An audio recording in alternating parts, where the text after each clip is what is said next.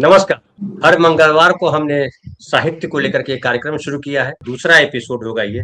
और देखिए हमारे साथ जगदीश्वर चतुर्वेदी सर हैं। सर नमस्कार, आपका स्वागत है। नमस्कार जैसा कि मैंने नमस्कार। आपको बताया भी है कि आप जानते भी होंगे, चूंकि जगदीश्वर सर बहुत चर्चित परिचित व्यक्ति हैं और 80 से ज्यादा किताबें लिखी हैं। पीछे जो किताबों का भंडार देख रहे हैं वो जबरदस्त किताबों का भंडार है। बहुत गहरे पाठक हैं, देश दुनिया की किताबें पढ़ते रहते हैं और 80 से ज्यादा किताबें लिखने का मतलब है आम आदमी 80 किताबें पढ़ता ही है सर जीवन में। आपने उतनी से ज्यादा किताबें लिखी हैं और जो किताबें लिखी हैं वो केवल साहित्य नहीं है, वो जो है मीडिया पर है, धर्म पे है, संस्कृति पर है, अलग अलग विषयों पे किताबें लिखी हैं आपने। और सर जो है संस्कृत से बड़ी पढ़ाई की हुई है। उसके अलावा जेएनयू के प्रोडक्ट हैं, जेएनयू में और छात्र संघ के अध्यक्ष रह चुके हैं सर। कलकत्ता विश्वविद्यालय के हिंदी के विभागाध्यक्ष रहे सर।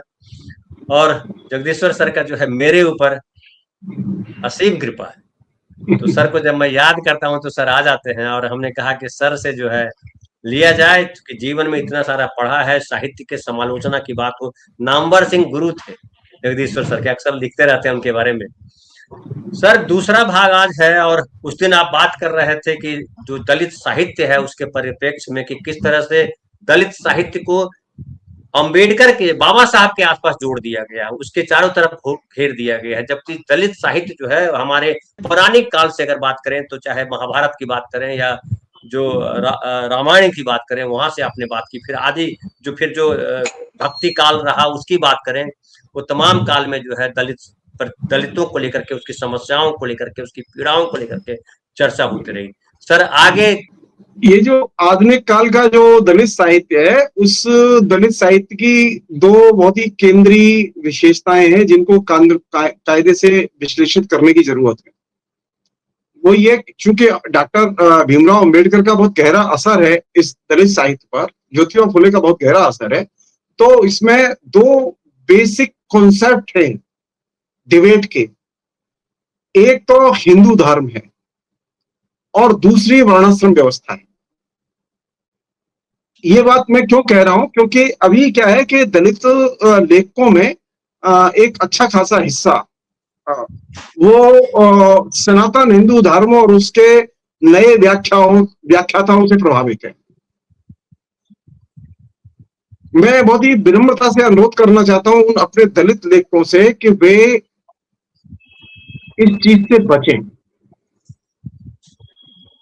वैसे उनकी डेमोक्रेटिक चॉइस है कि वो आरएसएस को पसंद करें, बीजेपी को पसंद करें, मुझे कोई आपत्ति नहीं है। लेकिन मेरी एक सामान्य सी ये जो गुजारिश है वो ये कि अगर मुझे दलित साहित्य लिखना है तो मुझे हिंदू धर्म को रीडिफाइन करना होगा, पुनर्परिभाषित करना होगा। मुझे अगर दलित साहित्य लिखना है तो वर्णाश्रम व्यवस्था को परिभाषित, व्याख्यायित करना होगा और वर्णाश्रम व्यवस्था को तोड़ना होगा।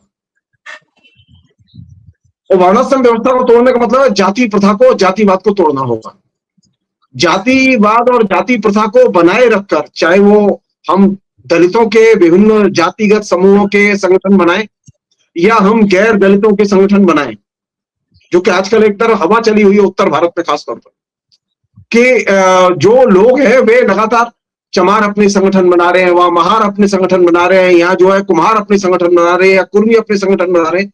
ये जो परंपरा चल निकली है ये एक तरह से एंटी अंबेडकर परंपरा है। आप याद कीजिए, अंबेडकर ने कोई दलित संगठन खड़ा नहीं किया, तो दलित संगठन जब अंबेडकर ने नहीं बनाया तो हम दलितों के या जाति के नाम पर हम संगठन क्यों बनाएंगे? अगर हम सचमुच में अंबेडकर की विरासत को आगे ले जाना चाहते हैं तो मेरा ये एक पहला तो ये बुनियादी अनुरोध है कि वर्णाश्रम व्यवस्था से निकलने के लिए ये जरूरी है कि जाति के संगठनों से दूर रहा जाए। लोगों को इसके लिए हतोत्साहित किया जाए कि वे जाति के संगठन न बनाएं। ये जो अभी आंधी चल रही है, हर जगह, हर शहर में, हर इलाके में जाति संगठन खड़े कर दिए गए। यहां तक कि जहां के सिख धर्म का असर था पंजाब में भी जातियां और जातियों के संगठन खड़े हो गए। पंजाब में अनटचेबिलिटी नहीं थी, अछूत समस्या नहीं थी, लेकिन अब पंजाब में भी अछूतों के संगठन खड़े हो गए। क्योंकि पंजाब में सिख धर्म में अनटचेबिलिटी नाम की चीज को एक्सेप्ट ही नहीं किया गया था, आज भी नहीं है। लेकिन ये पिछले 40 साल में ये एक बहुत ही स्ट्रॉन्ग फिनोमिना विकसित हुआ है, जो कि चिंता की चीज है। मुझे अगर दलित साहित्य का परिप्रेक्ष्य बनाना है तो मुझे बेसिक चीज ये है कि मुझे हिंदू धर्म को, जैसा कि अम्बेडकर ने किया, मुझे आज फिर नए सिरे से परिभाषित करने की जरूरत है। हिंदू धर्म की तमाम नई पुरानी मान्यताओं की पुनर्व्याख्या की जरूरत है। अम्बेडकर ने जो किया उसको दोहराने की जरूरत नहीं है, उसके आगे जाने की जरूरत है। क्योंकि बिना आगे गए, अम्बेडकर से आगे विकसित व्याख्या किए, हम अपने को दलित साहित्य के परिप्रेक्ष्य में खड़ा नहीं कर सकते, पहली चीज। दूसरी चीज जो बहुत ही इंटरेस्टिंग है वो ये कि हमारे यहाँ जैसे 19वीं शताब्दी आई तो उसमें साहित्य का कॉन्सेप्ट आया। पहले क्या था? काव्य था, नाटक था, महाकाव्य था, प्रबंध काव्य थे, लेकिन उपन्यास नहीं था, गद्य नहीं था, लिटरेचर एज ए कॉन्सेप्ट नहीं था। तो 19वीं शताब्दी का जो सबसे मेजर कंट्रीब्यूशन ये था कि हमारे यहाँ साहित्य की अवधारणा पैदा हुई, और ये साहित्य की अवधारणा आधुनिक अवधारणा थी। साहित्य की अवधारणा के आने का मतलब यह है कि हमारे साहित्य के केंद्र में यथार्थ का प्रवेश। पहले जो काव्य था उसमें यथार्थ नहीं था। भक्ति काल के कवियों ने बहुत अच्छी रचनाएं लिखी, नहीं, यथार्थ नहीं है। एक से एक बड़े क्रांतिकारी कवि हुए हैं, लेकिन यथार्थ नहीं है। वहां कौन सी चीज बैठी हुई है केंद्र में? भगवान। किसी के यहाँ एकेश्वर है, किसी के यहाँ राम है, किसी के यहाँ कृष्ण है, किसी के यहाँ विष्णु है, वगैरह वगैरह। साहित्य में के कॉन्सेप्ट की जब शुरुआत हुई 19वीं शताब्दी में, तो पहली बार एक नई घटना घटी कि साहित्य से भगवान को अपदस्थ करके मनुष्य की प्रतिष्ठा हुई और मनुष्य को साहित्य केंद्र में प्रतिष्ठित किया गया। और ये क्रांतिकारी घटना थी। ईश्वर को गाली दिए बिना, ईश्वर की निंदा किए बिना, ईश्वर को साहित्य से एक सिरे से बाहर खड़ा करना, ये सबसे दुष्कर कार्य था। और ये 19वीं शताब्दी के लेखकों ने अपने तरीके से किया, और हिंदी में बड़े पैमाने पर किया, बंगला में किया, मलयालम में किया, तमिल में किया।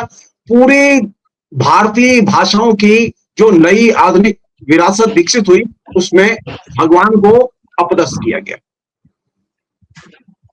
तो ये तो एक पॉजिटिव चीज थी कि यथार्थ केंद्र में आया और मनुष्य केंद्र में आया, और ये एक क्रांतिकारी घटना थी। इससे हमें नोटिस करना चाहिए। इसमें एक पेज ये था कि सब मनुष्य थे और सब बराबर थे। और इसमें क्या किया कि यूनिवर्सल जो है ह्यूमन बीइंग की धारणा को केंद्र में रख खड़ा कर दिया। तो साहित्य के जितने भी कॉन्सेप्ट बने हुए सार्वभौम कॉन्सेप्ट बने। हमारे यहाँ ऐसा नहीं है कि सिर्फ दलित लेखकों के आने के बाद में दलितों पर रचना लिखी गई। जैसे कि मैंने पिछले अपने व्याख्यान में आपसे बात कही थी कि दलित लेखकों ने मध्यकाल में भी केंद्रित होकर रचनाएं लिखी और सबसे ज्यादा रचनाएं लिखी। उसी तरह इस दौर में भी जो गैर दलित लेखक थे, उन लोगों ने भी दलितों पर सबसे अच्छी रचनाएं लिखी, सबसे अच्छी रचनाएं लिखी। दिक्कत क्या हुई कि आधुनिक काल में दलित लेखकों की रचनाएं प्रकाश में कम आई, चर्चा के केंद्र में कम आई। मध्यकाल में तो दलित लेखकों की रचनाएं चर्चा के केंद्र में है, लेकिन आधुनिक काल जब शुरुआत हुई तो उसमें दलित लेखक हाशिए पर चले गए, क्योंकि वहां ये समस्या थी कि साहित्य कौन सृजन कर रहा है। जो साहित्य सृजन कर रहा है, कौन सृजन कर रहा है? जो प्रिंट टेक्नोलॉजी से जुड़ा हुआ है। तो छापे की मशीन आई थी 19वीं शताब्दी में, तो छापे की मशीन का जो इस्तेमाल कर रहे थे वो संयोग की बात थी कि वे सब सवर्ण थे। तो जाहिर है सवर्णों का साहित्य सामने आएगा। लेकिन जो ही दलितों में प्रिंट टेक्नोलॉजी का इस्तेमाल शुरू हुआ तो दलितों की एंट्री शुरू हो गई, क्योंकि अब साहित्य का मतलब यह था कि जो लिख सकता है, जो अपने को प्रकाशित कर सकता है, वो अब लेखक कहलाएगा। पहले क्या था कि आपने लिख दिया, आपकी मैन्युस्क्रिप्ट है, आपने मंदिर में भजन गाया, वो 25 लोगों को 50 लोगों को भजन याद हुआ, फिर उसके बाद में वो 100 लोगों को याद हुआ और भजन आपका सर्कुलेट हो गया। वाचिक परंपरा थी। लेकिन आधुनिक काल के लिए जरूरी था कि आपकी रचना छपे, पत्रिका में छपे या अखबार में छपे या फिर किताब के रूप में छपे। पहले हम लेखक की, मीरा की रचनाएं जानते थे, लेकिन मीरा का परिचय नहीं जानते थे। मीरा ने अपने बारे में कुछ नहीं लिखा ज्यादा।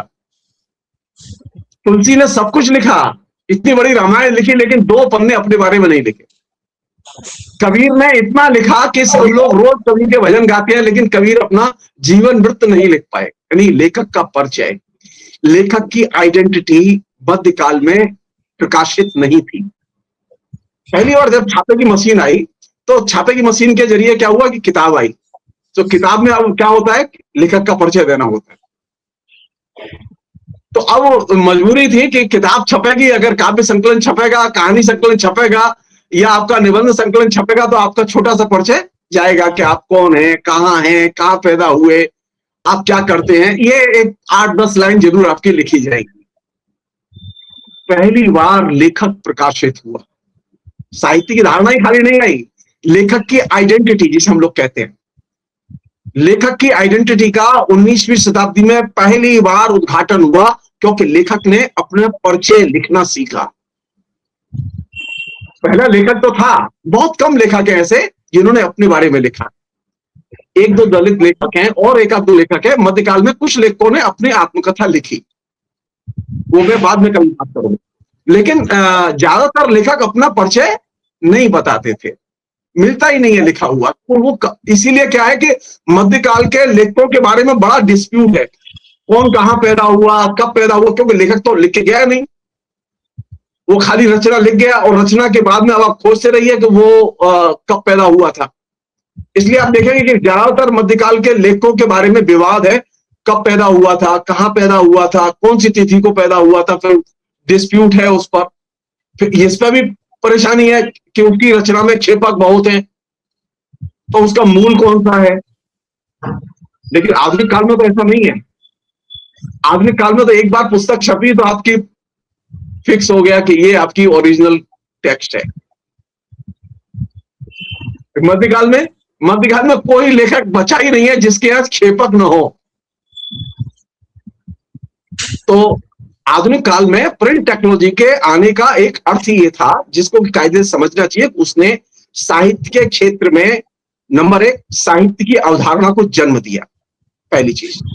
नंबर 2 लेखक प्रकाशित हुआ, लेखक की आइडेंटिटी हम जान पाए।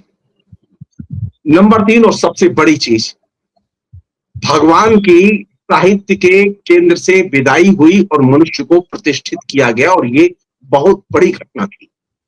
इसलिए ये जो दलित लेखकों में ये है ना कि हम साहित्य की धारणा को नहीं मानते, हम सिर्फ दलित साहित्य की धारणा को मानते हैं। ये बात जो मैंने इतनी कही है इसलिए कही। दलित साहित्य तो ये बाद की घटना है 20वीं शताब्दी के। 19वीं शताब्दी की जो सबसे बड़ी घटना है वो ये कि लिटरेचर के कॉन्सेप्ट का आना। एक और चीज, दलित साहित्य एज ए सच हिंदी में बहुत बाद में आया है, मराठी में सबसे पहले आया।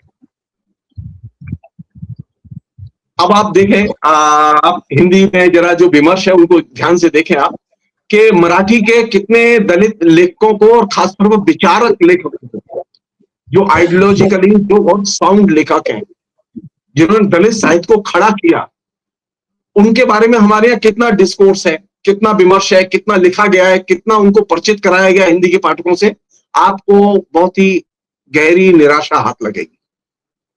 क्यों? क्योंकि हमारा मानना है कि हमने जो लिखा है वही तो सबसे अच्छा है, हम दूसरे का नहीं बताते।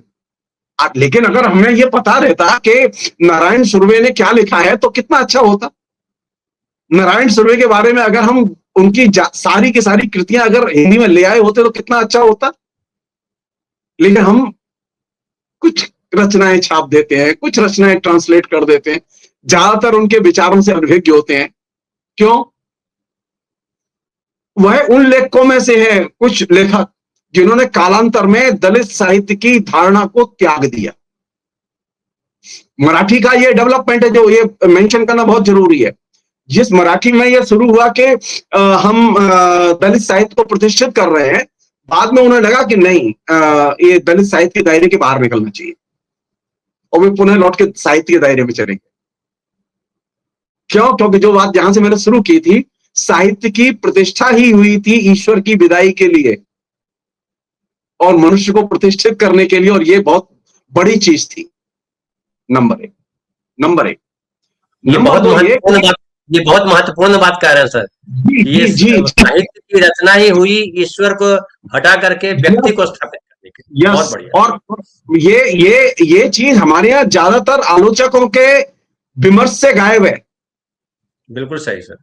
सबसे पहले मैंने इस बात को लिखा, सबसे पहले मैंने लिखा कि एकमात्र अगर कोई क्रांतिकारी घटना घटी है तो वो ये है कि ईश्वर की विदाई हुई बिना किसी रेवोल्यूशन के।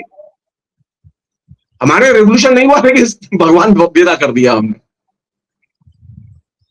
सोचो, भारतेंदु हरिश्चंद्र जिनसे कि आधुनिक काल की शुरुआत होती है, वो भी राधा कृष्ण पर रचनाएं लिखते थे, उन्होंने भी राधा कृष्ण पर रचनाएं लिखनी बंद कर दी।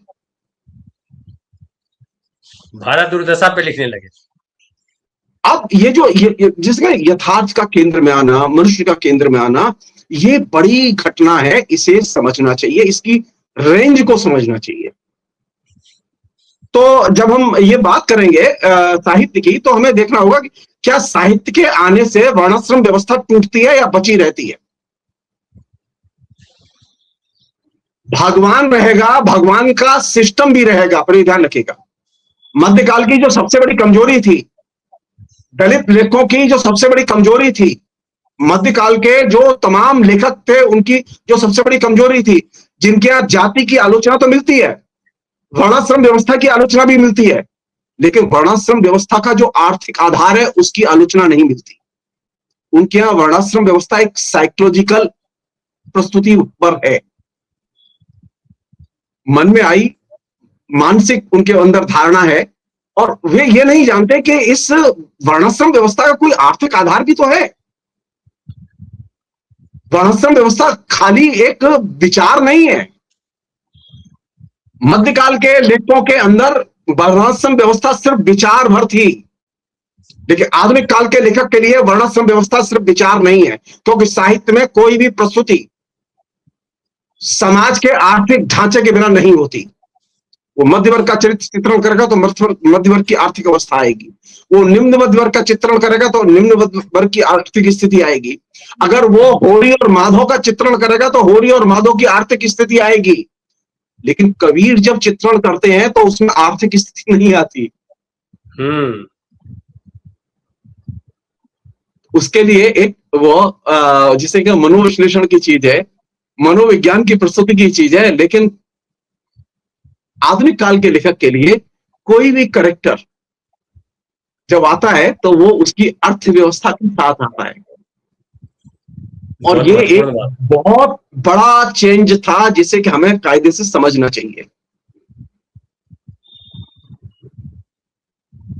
दूसरी चीज जो कि जैसे कि हम लोग कहें कि ये सच है कि हिंदू धर्म की आलोचना और उसके जो विभत्स रूप हैं हिंदू धर्म के जो समाज में व्याप्त हैं, उन पर सबसे तीखा प्रहार निश्चित तौर पर दलित लेखकों ने किया है, इसमें कोई दो राय नहीं। और खासतौर पर उस दौर में दलित लेखकों ने किया है जिस दौर में सवर्ण लेखकों ने प्रहार करना बंद कर दिया था। ये जो अभी आपको हिंदी भाषी क्षेत्र में जो पूरा सनातन धर्म का जयघोष दिखाई दे रहा है ना, इसका एक बहुत बड़ा कारण है ये। आप यहां से सोचिए कि आजादी के बाद हमारे यहां धर्म की आलोचना साहित्य से गायब हो गई। क्यों गायब हो गई हमारी समझ में नहीं है, जबकि धर्म के आधार पर भारत का विभाजन हुआ।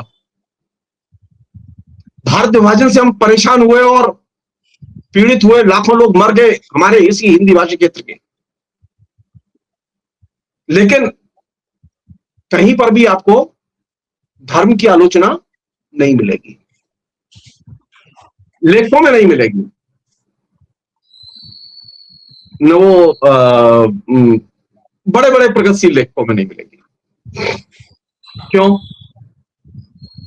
इस मायने में जो दलित साहित्य की जो शुरुआत हुई, उसने एक अच्छा काम ये किया कि उसने धर्म की आलोचना, खासतौर पर हिंदू धर्म की आलोचना को सामने रखा, और उस आलोचना का जो तरीका था उनका, वो बिल्कुल वही था जो कि एक उपन्यास लेखक का हो सकता है, एक कहानी लेखक का हो सकता है। वह क्या है? उसने सीधे सीधे अपने जो दुर्दशापूर्ण अवस्था है अपने जीवन की, गांव की, अपनी लाइफ की, उसका चित्रण करना शुरू कर दिया। जिसे हम लोग कहते हैं ना, पर्सनल इज पॉलिटिकल। तो उसने अपने व्यक्तिगत को राजनीतिक बना दिया। उसके व्यक्तिगत दुख थे कि वो किस जाति में पैदा हुआ, किस गांव में पैदा हुआ, कैसे शोषण की अवस्था में वो रहता था। ये जब उसने चित्र खींचने शुरू किए, तो उससे जो सबसे ज्यादा क्षतिग्रस्त हुआ वो कौन सा सिस्टम हुआ? किसकी आलोचना निकली इसमें? उसी सिस्टम की आलोचना निकली जिस सिस्टम पर हमने पर्दा डाल दिया था। 47 के पहले उस सिस्टम पर हमने खूब लिखा, हमारे हर लेखक ने लिखा, प्रेमचंद ने लिखा, गणेश शंकर विद्यार्थी ने लिखा, महावीर द्विवेदी ने लिखा, हर बड़े लेखक ने लिखा, यहां तक कि यशपाल ने भी लिखा। लेकिन 47 के बाद क्या ऐसा घटा? यह चीज सोचने की है कि हमने धर्म की आलोचना बंद कर दी। ये जो अभी अब झंझट झेल रहे हैं ना धर्म का, हर गली मोहल्ले में धर्म घुस गया है, हर गली के मुहाने पर मंदिर बन गया है? बिल्कुल। कोई विरोध करने वाला नहीं है, कोई एक निबंध लिखने वाला नहीं है। क्यों? आप पुराने अखबार उठाइए, 47 की पत्रिकाएं उठाइए, 47 के पहले की हिंदी की, जिनके सवर्ण संपादक हैं, वे सवर्ण संपादक धर्म की तीखी आलोचना लिखी है उन्होंने। तमाम संस्कृत के विद्वानों ने तीखी आलोचना लिखी है धर्म की और अंधविश्वासों की। और 47 के बाद सब कुछ ठीक हो गया। कुछ ऐसा घट रहा था जो कि नहीं घटना चाहिए था। हमने ये मान लिया था कि अब हमारे यहाँ तो एक मॉडर्न सेकुलर कॉन्स्टिट्यूशन आ गया है, तो अब हमें हिंदू धर्म से लड़ने की जरूरत नहीं है, या धर्म संबंधी जो मानसिकता है, जीवन मूल्य है, उनसे लड़ने की जरूरत नहीं है, क्योंकि धर्मनिरपेक्षता अपना काम करेगी। ये एक बड़ी चूक थी व्यवहार में। इस गैप का फायदा किसने उठाया? इस गैप का फायदा उसने उठाया जो कि राजनीतिक तौर पर अभी क्षितिज में है, हिंदुत्ववादी लोग। वो फ्लरिश किए क्योंकि आपने ध्यान ही नहीं दिया इस बात पर। आपने तो ये मान लिया था कि नेहरू जी की सरकार है, इंदिरा जी की सरकार है, राजीव जी की सरकार है, सब सेक्युलरिज्म चल रहा है, संविधान सेक्युलर है, जज सेक्युलर है, सब कुछ सेक्युलर है, नीचे सिस्टम में हमने पाठ्यक्रम भी सेक्युलर बना दिया है। तो फिर जब इतना सेक्युलरिज्म था, तो ये अचानक इतने कम्युनल लोग कैसे पैदा हो गए समाज में? क्योंकि आपने आइडियोलॉजिकली लोगों को क्वेश्चन करना बंद कर दिया। विचारधारा के रूप, चाहे वो पुरानी विचारधारा हो और चाहे वो नई विचारधारा के रूप जब एक बार व्यवहार में आ जाते हैं, तो वो मेटीरियल फोर्स बन जाते हैं, वे जाते नहीं है। हिंदू धर्म सिर्फ धर्म नहीं है, वो एक आइडियोलॉजी भी है, और आइडियोलॉजी के तौर पर उसकी व्याख्या और पुनर्व्याख्या की बार बार जरूरत है। और इस तरफ पहली बार ये मैं कहूंगा कि दलित लेखकों ने ध्यान खींचा, और जो कि एक पॉजिटिव घटना थी हमारे लिए। एक अन्य चीज वो ये कि दलित साहित्य में आने के बाद में जो एक चीज घटी वो ये कि सामाजिक बोध वो बहुत तेजी से फ्लरिश किया दलितों का। उनका नारकीय जीवन बहुत तेजी से सामने आया, जो कि एकदम गायब हो गया था। हम लोग, हमारे यहाँ साहित्य में जो बहुत बड़ा क्षितिज था वो मिडिल क्लास और लोअर मिडिल क्लास के विषयों पर केंद्रित था। कहानियां, उपन्यास, जो भी कुछ लिखा जा रहा था सब मिडिल क्लास, उसमें लोअर क्लास गायब थी। मसलन आप देखेंगे कि अब ये है ना कि राजेंद्र यादव ने हंस का प्रकाशन शुरू किया, जैसे मैं उदाहरण दे रहा हूं खाली, और वो दलित साहित्य की बहुत बात करते थे, सबसे ज्यादा बातें की उन्होंने। हंस के जरिए उनको इस बात का श्रेय जाता भी है कि उन्होंने दलित साहित्य को पॉपुलर करने में बहुत बड़ी भूमिका अदा की, इसमें कोई दो राय नहीं। लेकिन जब वो कहानियां लिख रहे थे मोहन राकेश के साथ में, धर्मवीर भारती के साथ में, तब वो दलित पर कोई कहानी क्यों नहीं लिख पाए?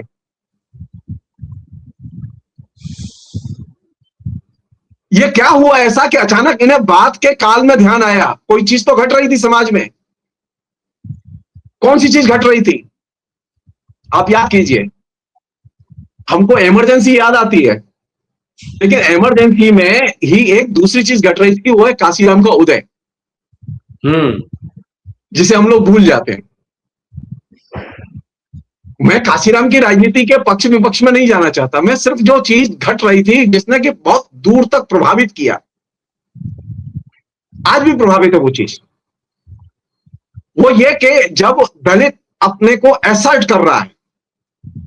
क्यों असर्ट कर रहा था दलित? अब इसका दूसरा पहलू है। दलित की अवस्था देखें आप पहले। अवस्था क्या है उसकी? अवस्था यह है कि एक छोटा सा डाटा है जो कि मैं आपके साथ में दर्शकों को शेयर करना चाहता हूं। उससे कुछ चीजें साफ होंगी, कुछ चीजें उलझेंगी, लेकिन बढ़े। वो ये कि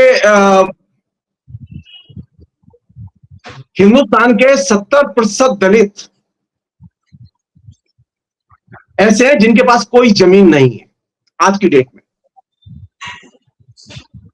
और अगर जिनके पास थोड़ी बहुत जमीन है वो नाम मात्र की जमीन है। ऐसे लोगों की संख्या कितनी है? 70%। सेकंड चीज, 6% मझोले और बड़े किस्म के किसान हैं, 6% मात्र।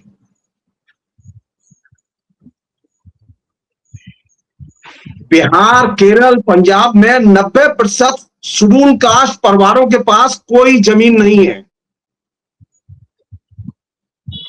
या फिर जो है थोड़ी नाम मात्र की।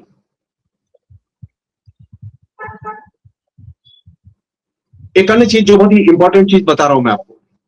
अब चूंकि केरल का चुनाव हो गया है तो अब नहीं कहेंगे लोग कि चुनाव के लिए इस्तेमाल कर रहे हैं हम इसका, लेकिन जानकारी बहुत जरूरी है। केरल में भूमि सुधार सबसे पहले लागू किए गए और पूरी कंप्लीटली लागू किए गए, और आदर्श माना जाता है केरल भूमि सुधार लागू करने के मामले में। लेकिन केरल में भूमि सुधार लागू करने से दलितों को जमीन नहीं मिली, खासतौर पर शेड्यूल कास्ट। ये मैं नहीं कह रहा हूं, सुखदेव थोरट ने एक पुस्तक लिखी, दलित इन इंडिया, और बहुत रिसर्च बुक है जो कि पूरे देश भर का डाटा है, उसमें ऑफिशियल डाटा है। सुखदेव थोरट एक जमाने में एसएफआई की तरफ से काउंसलर भी रहे थे जेएनयू में, और बाद में वो बड़े दलित प्रोफेसर, थिंकर, जेएनयू के प्रोफेसर रहे, यूजीसी के चेयरमैन रहे। उन्होंने ये पुस्तक लिखी, उसमें जो डिटेल्स में डाटा है, उस डाटा का एक अंश मैंने आपसे शेयर किया है। जी बिल्कुल। तो केरल जैसी जगह जहां पर कि वामपंथ बहुत पावरफुल, जिसने लैंड रिफॉर्म पूरी तरह से इन टोटो लागू किया, वहां शेड्यूल कास्ट परिवार अगर भूमि सुधार से लाभ नहीं ले पाए तो ये एक सीरियस चीज है। तो जहां भूमि सुधार कंप्लीट कर दिया गया, वहां अगर दलित को लाभ नहीं मिला, तो जहां भूमि सुधार हुए ही नहीं तो वहां दलित की क्या अवस्था होगी, कल्पना कर सकते हैं सिर्फ। जी। एक अन्य चीज और इस पूरे प्रसंग में सबसे दिलचस्प चीज वो ये कि दलितों में चेंज तो हुआ है, ऐसा नहीं है कि पिछले 75-76 साल में चेंज नहीं हुआ है। रिजर्वेशन लागू हुआ है, मिडिल क्लास पैदा हुआ है, दलितों के अंदर एक अच्छा खाता पीता वर्ग पैदा हुआ है।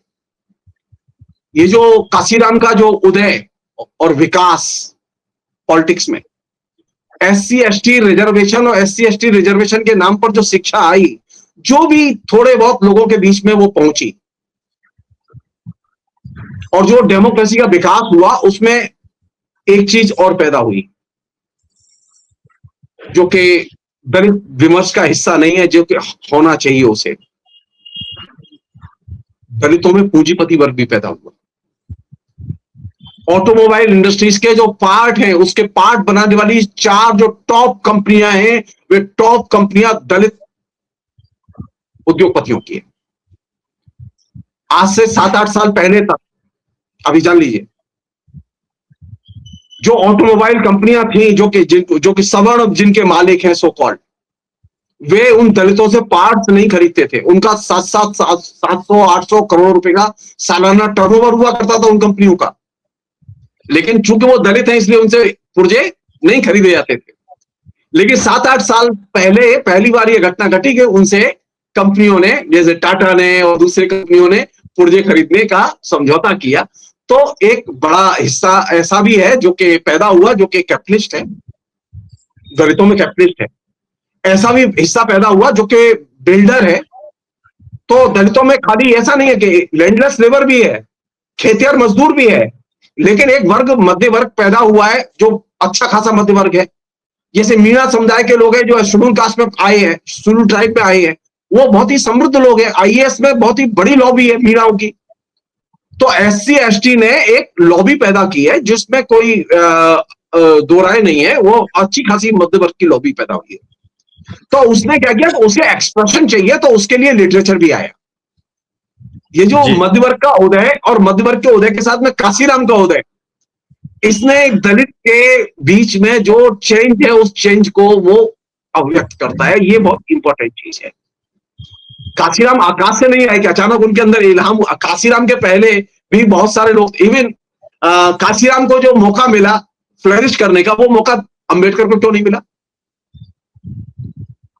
अंबेडकर तो काशीराम से ज्यादा ताकतवर थे, मायावती से ज्यादा ताकतवर थे, लेकिन अंबेडकर मुख्यमंत्री नहीं बन सकते थे। अंबेडकर तभी कुछ बन सकते थे जब नेहरू जी बनाए, लेकिन मायावती को बनाने में तो कांग्रेस की कोई भूमिका नहीं थी। ये बात मैं क्यों कह रहा हूं, क्योंकि अंबेडकर को कैरी करने के लिए जो क्लास चाहिए, दलित वर्ग में से जो क्लास चाहिए, वो क्लास निर्मित नहीं हुआ था।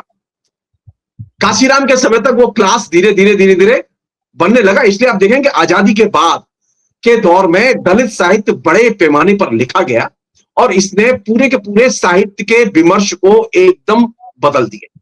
और ये एक पॉजिटिव चीज है, ये एक पॉजिटिव चीज है। और इसको हम यहां से देखें कि डेमोक्रेसी का जितना विकास होगा, दलित साहित्य का उतना ही विकास होगा। डेमोक्रेसी जितनी खतरे में पड़ेगी, दलित साहित्य भी खतरे में पड़ेगा। मैं बहुत साफ कह रहा हूं। जो लोग ये सोच रहे हैं कि नहीं, हम तो अपनी रचनाएं लिखते रहेंगे, सरकार भले ही मोदी जी की रहे, मैं बहुत क्रूड फॉर्म में कह रहा हूं ये बात। आप ये तय मानिए, अगर डिक्टेटरशिप रहेगी और डिक्टेटरशिप आगे जाएगी तो सिर्फ एक ही आइडेंटिटी होगी और वो होगी हिंदू आइडेंटिटी। हिंदू आइडेंटिटी के अलावा भी दलित आइडेंटिटी होती है, स्त्री की आइडेंटिटी होती है, और भी आइडेंटिटीज होती हैं। इस बात को सबसे पहले रेखांकित किया दलित लेखकों ने। और यह क्यों हुआ? क्योंकि लोकतंत्र में हजार फूल खिलने दो की राजनीति थी। लेकिन जब हिंदू प्रधान होगा, हिंदू धर्म प्रधान होगा, हिंदू धर्म का वर्चस्व होगा, तो फिर वो सिर्फ एक आइडेंटिटी प्रधान होगी। तो लोकतंत्र में विभिन्न किस्म की आइडेंटिटीज समान रूप से समान धरातल पर देखी जाए और उनके साथ समान व्यवहार किया जाए। इसके लिए जरूरी है कि लोकतंत्र रहे और बचे। तो लोकतंत्र बचाना दलित साहित्य का भी दायित्व है, जिस तरह से साहित्य का दायित्व है। सवर्ण लेखकों का भी दायित्व है, असवर्ण लेखकों का भी दायित्व है। तो दलित का जो साहित्य और उसका विकास, उसका संबंध डेमोक्रेसी के विकास से है, सिर्फ नेता के विकास से नहीं है। लोकतंत्र था तो लोकतंत्र के फल भी मिले, एससी एसटी रिजर्वेशन भी मिला, और उसकी वजह से मध्यवर्ग पैदा हुआ, मध्यवर्ग के लेखक पैदा हुए, उनके प्रकाशन आए, तरह तरह की रचनाएं आई और बहुत शानदार रचनाएं आई। और ये एक पॉजिटिव चीज है जिसकी वजह से हमें लोकतंत्र की शक्ति को समझना चाहिए, लोकतंत्र को कम करके नहीं देखना चाहिए। इसलिए दलित साहित्य का जो पर्सपेक्टिव बने, उसमें डेमोक्रेसी उसके सेंटर में होनी चाहिए। आप स्व की रक्षा करेंगे तब आप अदर्स की भी रक्षा कर सकते हैं। अब हो क्या रहा है, हम सिर्फ 100 के बारे में सोच रहे हैं, मैं अपने बारे में सोच रहा हूं, मुझे अन्य के बारे में नहीं सोच रहे। ये हाशिए पर था, ये दलित जी हाशिए पर था, अब ये 100 में बदल गया है। तो अब दलित को जब 100 के रूप में वो अपने को देखने लगा है, तो उसे अदर्स को भी देखना होगा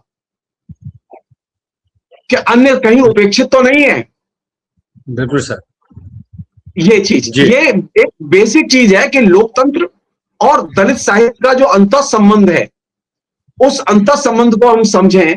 और जो वर्णाश्रम व्यवस्था का जो आर्थिक आधार है वो कौन सा है, उसका आर्थिक आधार है जमीन, भूमि का स्वामित्व। अभी भी जो जाति प्रथा इतनी पावरफुल है, उसका कारण क्या है? क्योंकि हमारे यहां भूमि का वितरण हुआ ही नहीं।